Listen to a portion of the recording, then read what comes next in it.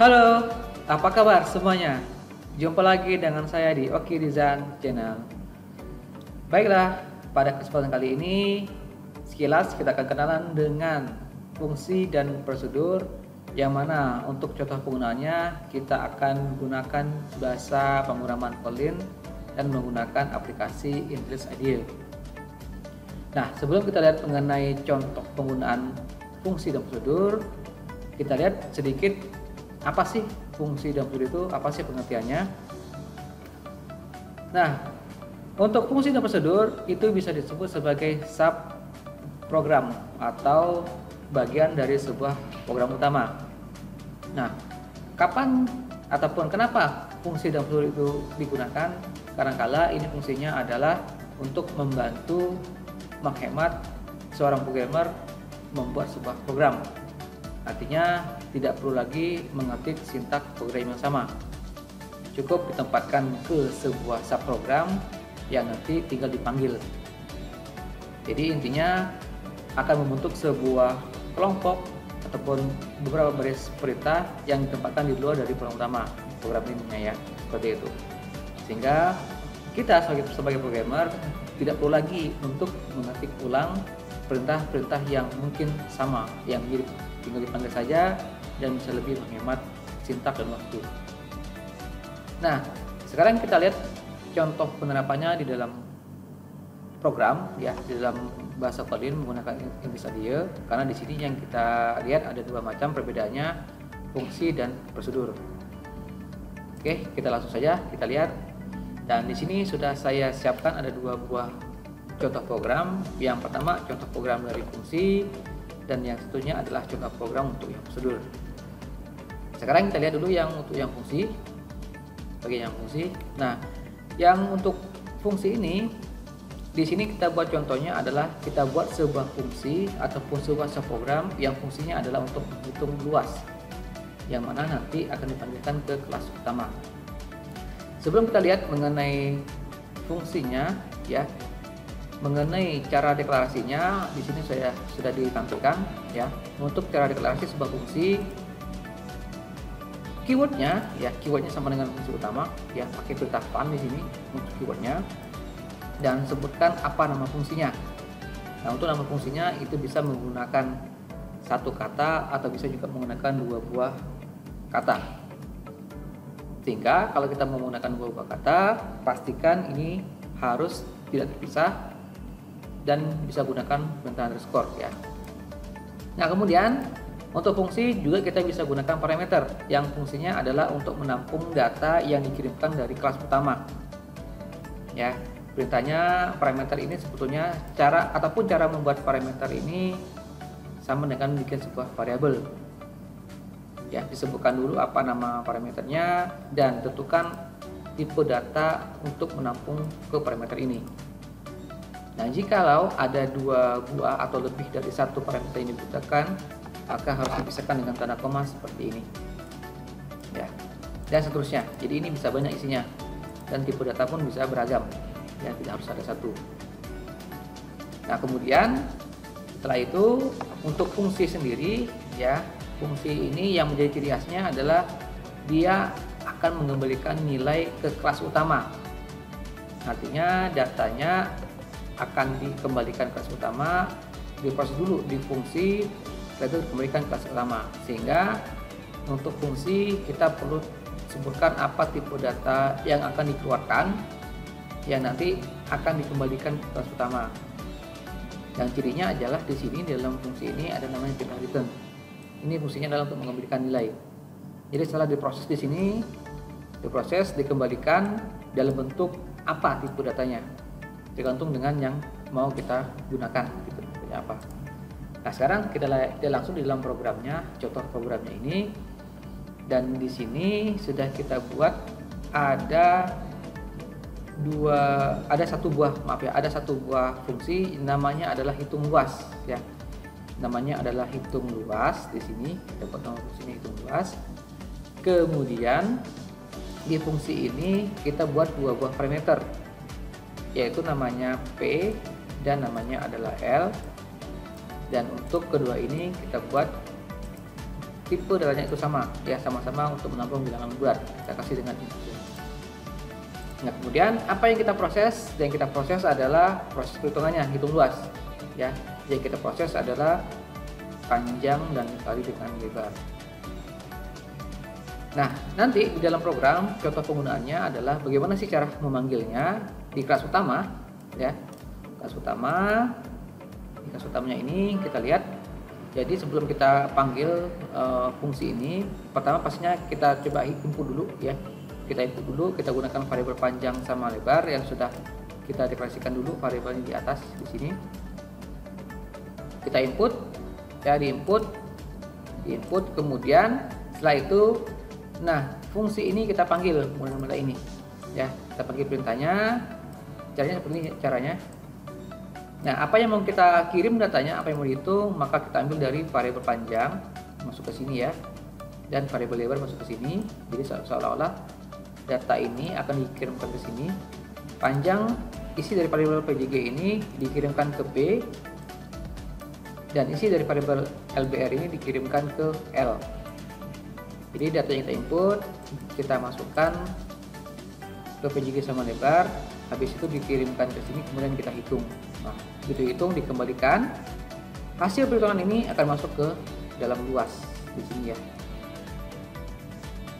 Jadi perintah ini, fungsi ini kita panggil dan dia akan melaksanakan proses perhitungannya, habis itu dikembalikan ke variabel luas.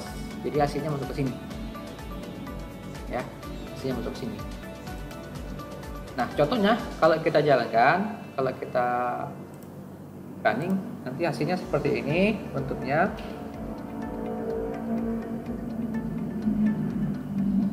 Lagi berjalan. Nah muncul pertama input panjang,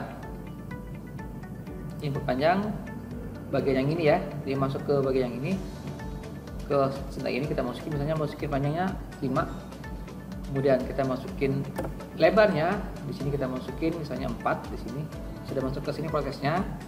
Nah begitu kita enter, hasilnya adalah muncul angka 20. Kenapa 20? Kita lihat dari sini, angka 5 masuk ke PJG, angka 4 masuk ke LBR. Setelah itu ketemu perintah yang ini, hitung luas, dia memanggil metode fungsi hitung luas. 5 sama 4 dari PJG sama lebar masing-masing dikirim ke sini, ke P sama ke L nya. 5 masuk ke P, 4 masuk ke L, kemudian dihitung 5 dikali dengan 4, seperti itu, ya. Nah hasilnya dapat angka 20, angka 20 dimasukkan ke variabel luas, sehingga muncullah perintah yang ini. Nah seperti ini contoh dari yang fungsi. Seperti itu, ya, cara kerjanya atau prosesnya. Nah kemudian lihat di sini, kalau lihat dari contoh deklarasinya, bagaimana sih cara deklarasinya, di sini harusnya ada perintah return, ya. Nah kenapa yang ini nggak ada? Karena ini contohnya, kalau seandainya dalam fungsi itu hanya ada satu baris perintah, maka perintah return itu boleh tidak ada, dan juga tipe datanya juga boleh nggak ada. Nah seperti ini ya, boleh nggak ada. Tapi kalaupun mau dibikin seperti apa contohnya, kalau perintah return ini sudah saya siapkan. Nah ini saya blok dulu ya, saya remark dulu, saya ambil yang ada perintah returnnya, contohnya seperti ini. Saya pindahkan dulu ke atas ya, di sini. Nah ini saya aktifkan dulu, saya aktifkan dulu. Nah kita lihat perbedaannya, ini yang untuk yang satu baris ya, misalnya kalau yang nggak mau pakai return, yang ada returnnya. Nah kalau yang ada perintah return, maka harus disebutkan apa tipe data yang mau dikembalikan dan menggunakan kurung kurawal untuk pembatasnya, sama seperti ini ya, sama. Kemudian di sini kita hitung dulu, baru kita kembalikan ke variabel ini ya. Nanti variabel hasil ini sama prosesnya ya, seperti yang tadi, dia akan masuk ke variabel luas, kembalikan ke variabel luas. Kita jalankan, kita eksekusi, maka hasilnya sama saja hasilnya. Cuma keunggulannya kalau cuma satu baris perintah saja, tidak perlu kita ketik perintah returnnya dan pakai tipe data. Oke, seperti ini ya contohnya. Nah ini untuk yang fungsi. Sekarang untuk yang kedua, yang prosedur. Prosedur ini bedanya apa sama fungsi? Nah bedanya, kalau yang namanya prosedur ini dia nggak punya return ya, dia nggak punya return. Ini sudah saya contohkan hasilnya, contohnya di sini nggak ada returnnya ya. Jadi artinya nggak ada nilai yang diproses yang dikembalikan ke kelas utama. Jadi seluruhnya murni dijalankan di sini. Dia juga nggak pakai tipe datanya apa yang dikembalikan. Jadi semuanya langsung proses di sini, nggak ada proses kembalian. Jadi nggak ada istilahnya bolak-balik data, tidak ada ya. Jadi langsung dikembalikan. Nah persamaannya, cara memanggilnya itu juga sama ya. Jadi fungsi ataupun prosedur ya nanti akan dipanggil di kelas utamanya, maka caranya seperti ini, cukup seperti ini, tinggal kita panggil dan langsung dijalankan hasilnya ya. Ini sebagai contoh, kita bikin satu buah prosedur namanya cetak, di mana cetak ini kita buat ada satu buah parameter namanya A yang tipenya adalah integer. Nanti ini hasilnya adalah kita isi dari variabel A, kita tampilkan di sini ya. Kita coba jalankan dan melihat ya seperti apa cara. Nah input sebuah angka, yang di sini sebuah angka, misalnya angkanya 64 ya, saya masukin 64, begitu masukin angka 64, nah munculnya seperti ini. Begitu masukin 64, dia baca fungsi ataupun prosedur cetak, dibaca cetak, maka dia baca yang ini, maka 64 ini dikirimkanlah ke variabel A ya. Jadi cetak ini nama fungsinya, ini nama parameternya yang akan dikirimkan ke variabel A ini, dikirim ke sini, kemudian muncullah tulisan hasil di sini karena dibaca ini, kemudian langsung mencetak nilai di sini ya. Jadi nggak ada yang dikembalikan ke kelas utama seperti ini. Jadi langsung dibaca. Jadi perintah yang ini munculnya ada yang ini munculnya.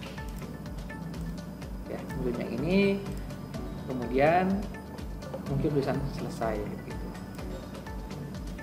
Nah, jadi seperti yang dibilang tadi, fungsi dan prosedur itu kegunaannya adalah untuk menghemat baris perintah.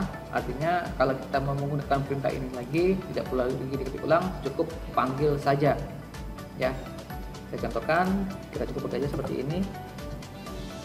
Ini keunggulannya, kita nggak perlu buat lagi fungsi yang sama, tinggal kita panggil, maka dia akan muncul sebanyak 2 kali.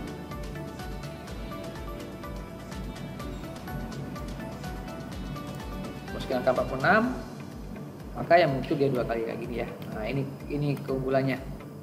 Ini fungsi dari kegunaan dari fungsi dan prosedur. Jadi kita bisa menghemat waktu, cukup panggil perintah yang cukup dipanggilkan fungsinya atau prosedurnya dan tinggal tampil seperti itu. Bisa dibayangkan kalau di sini ada 112 perintah, maka kita sudah menghemat sebanyak 112 perintah seperti itu. Nah, sama saja seperti yang fungsi yang di awal, kalaupun seandainya dalam prosedur ini adalah cuma satu baris perintah, maka bisa bikin seperti ini. Kayak gini ya, bisa seperti ini. Ini saya remove dulu. Ya, seperti ini. Jadi cukup bikin seperti ini. Dan cukup menggunakan sama dengan, ya, menggunakan sama dengan, langsung kita tampilkan.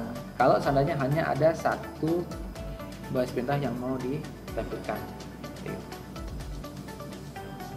Oke, kira-kira seperti inilah contoh penggunaan prosedur dan fungsi di dalam bahasa Kotlin.